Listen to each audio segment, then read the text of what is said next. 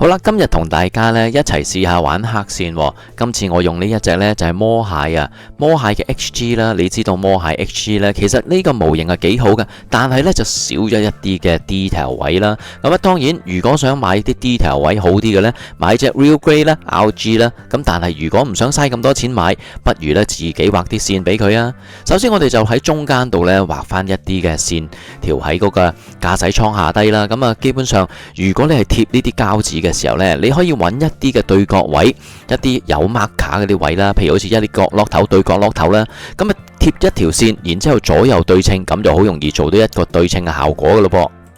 嗱，跟住呢，用一個好尖嘅黑線筆啦。當然啦，如果你有信心呢，你可以連呢個黑線筆都唔理嘅。你記住用嘅時候呢，就係咁以輕輕拖住得噶啦，唔需要用力嘅，寧願呢拖多幾下，等個線紋深啲呢，然之後先至再換一個粗啲嘅雕刻刀呢，會比較好啲啦。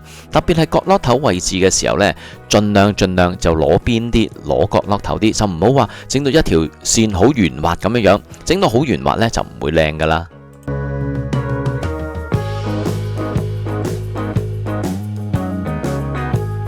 嗱，當你發覺呢，你拉條線一路行嘅時候都好順暢呢，咁基本上呢條線坑呢就已經完成噶啦。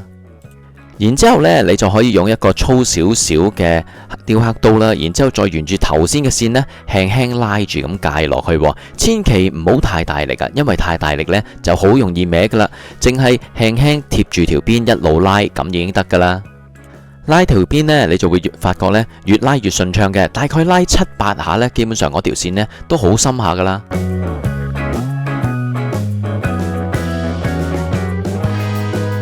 嗱，由於呢條坑紋我唔想再深啦，咁所以呢，我就可以搣走啲膠紙噶啦。當你搣走膠紙嘅時候呢，就可以睇到你頭先刻咗嘅線呢，其實都應該幾直嘅。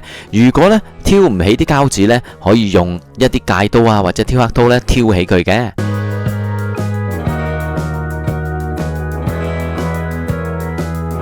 嗱，跟住呢，我就覺得喺胸口嗰條線條呢唔夠明顯，所以呢，我就貼咗條膠紙呢，然之後呢攞把雕刻刀呢拉條直線啦。咁呢條直線呢，咁就應該係比較輕身少少，慢慢拉嘅。你見到今次呢，我就冇用黑針啦，我直接呢攞幼身嘅雕刻刀直接雕刻啦。咁啊，當然啦，你習慣咗嘅時候呢，你用雕刻刀嘅力度呢就會適應咗噶啦。咁當然啦，小心戒親手喎。側邊嘅位置呢，我就係咁以撳住呢條膠帶呢，就咁挑得噶啦。最緊要呢啲手指呢，就唔好擺喺把刀嘅前面喎。嗱，當你確認嗰條線嘅深度係你所需要嘅呢，你就可以搣開條膠紙睇下對唔對稱噶啦。咁啊，當然啦，有一啲嘅膠碎呢就會出現咗嘅，你可以掃走佢，然之後 compare 一下啦。當完成咗一邊呢，你可以用同樣嘅方法貼翻條膠紙呢，畫埋另一邊啦。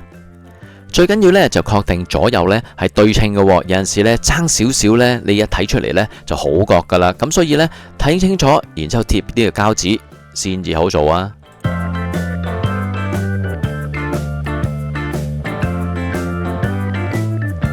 同樣啦，確定坑紋夠深嘅時候呢，可以搣走條膠紙，然之後睇下個成品對唔對稱，靚唔靚啦，睇下需唔需要修補添啦。嗱，跟住呢，我就想喺下腰部分呢做一個夾板連接嘅感覺喎，咁所以呢，我就要度一下個位啦。咁基本上呢，我今次度呢就諗住喺氣口側邊嗰度開始嘅膠紙呢，就希望呢就用長少少，因為呢可以貼住前面中間嘅位置，咁就唔會條條揈啦。因為你戒嘅時候呢，好容易歪噶。同樣啦，你見到呢，我用隻手指呢就頂住啊，咁就可以慢慢控制力度啦。最緊要係 control 啊，李小龍話噶嘛。好啦，搞掂啦，又可以搣咗張膠紙睇下成品先啦。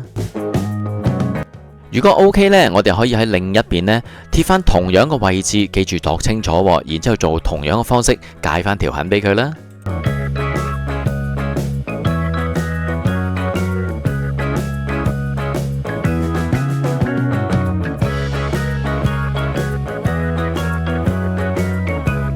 嗱，下腰嘅夾板冇理由淨係得一邊有痕噶，咁所以呢，我哋都畫翻一個痕呢喺中間度。條膠帶呢，我由下面頭先我哋刻畫出嚟嗰條線嘅角落頭呢，對正個圓圈氣口嘅右手邊啦。嗱，我哋就利用呢個方法呢，就畫到呢啲痕出嚟嘅。咁我哋用同樣嘅方法量度，然之後對面呢做翻同樣嘅線條，咁我哋咪唔需要又攞把尺度啊，又然之後爭0.1爭0.2咁樣咁辛苦咯。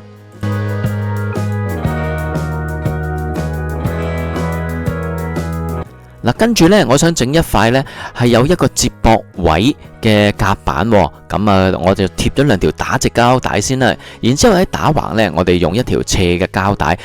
呢條膠帶呢，我哋可以攞側邊啲位置嘅角落頭呢，我哋作為量度嘅。跟住攞呢個挑刻刀呢，輕輕咁樣畫條線啦。咁斜角嘅時候呢，記緊要呢角落頭呢真係要清清晰晰，就唔可以轉彎咁噶。如果唔係呢，嗰條線就唔靚噶啦。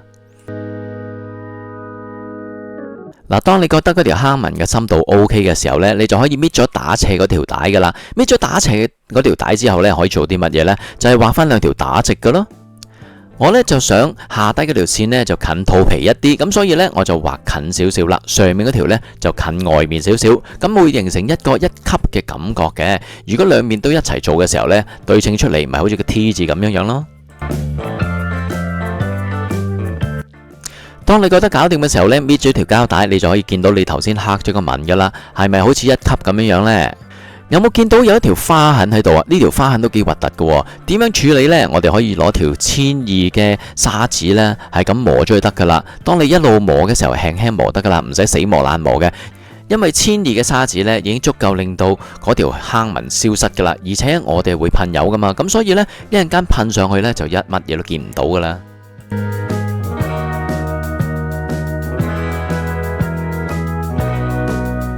好啦，左手邊嘅格紋呢就已經搞掂晒啦，而家做埋另一邊啦。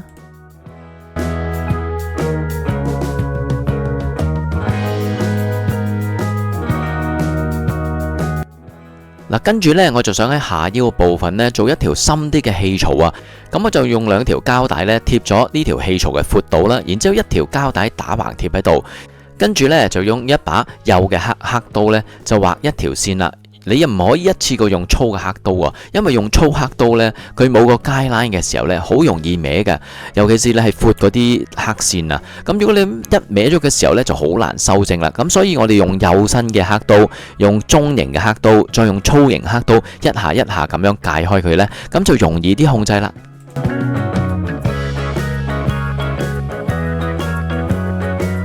用呢啲粗刻刀嘅時候呢，最緊要喺啲邊度呢落實啲啊，因為你要起角先得噶。如果唔係呢，圓揼哚呢就唔靚噶啦。搞掂咗之後呢，搣開啲膠紙，你就可以睇到個效果噶啦。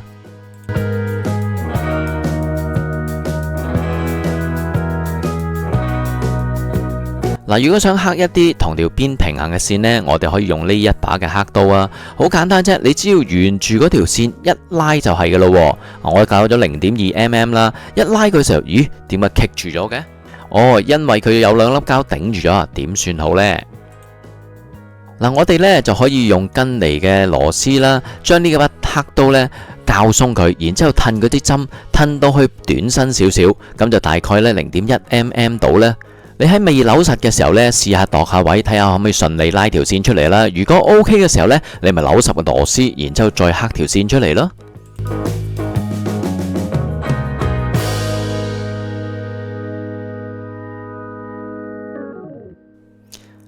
嗱，準備好嘅時候呢，你就可以用呢個工具呢畫一條平衡嘅線出嚟啦。你就唔好指意呢一把針呢可以刻一條好粗嘅線，基本上我只係可以畫咗一個廊嘅啫。所以你畫咗一個guideline嘅時候呢，你就可以貼個膠貼呢去再畫深啲嗰條痕，咁就搞掂噶啦。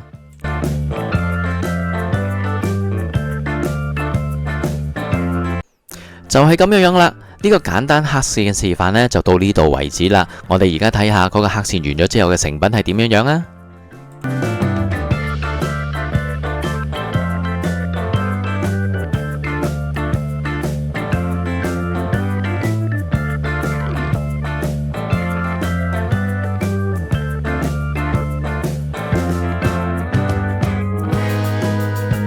嗱，下一步呢，就準備上底色，然之後上面色噶啦。底色呢，我就會用 Mr. Surfacer 嘅1000啦，而面色呢，我梗係用啲 cheap 嘅油啦。究竟點樣做呢？有興趣嘅下一條片睇下啦。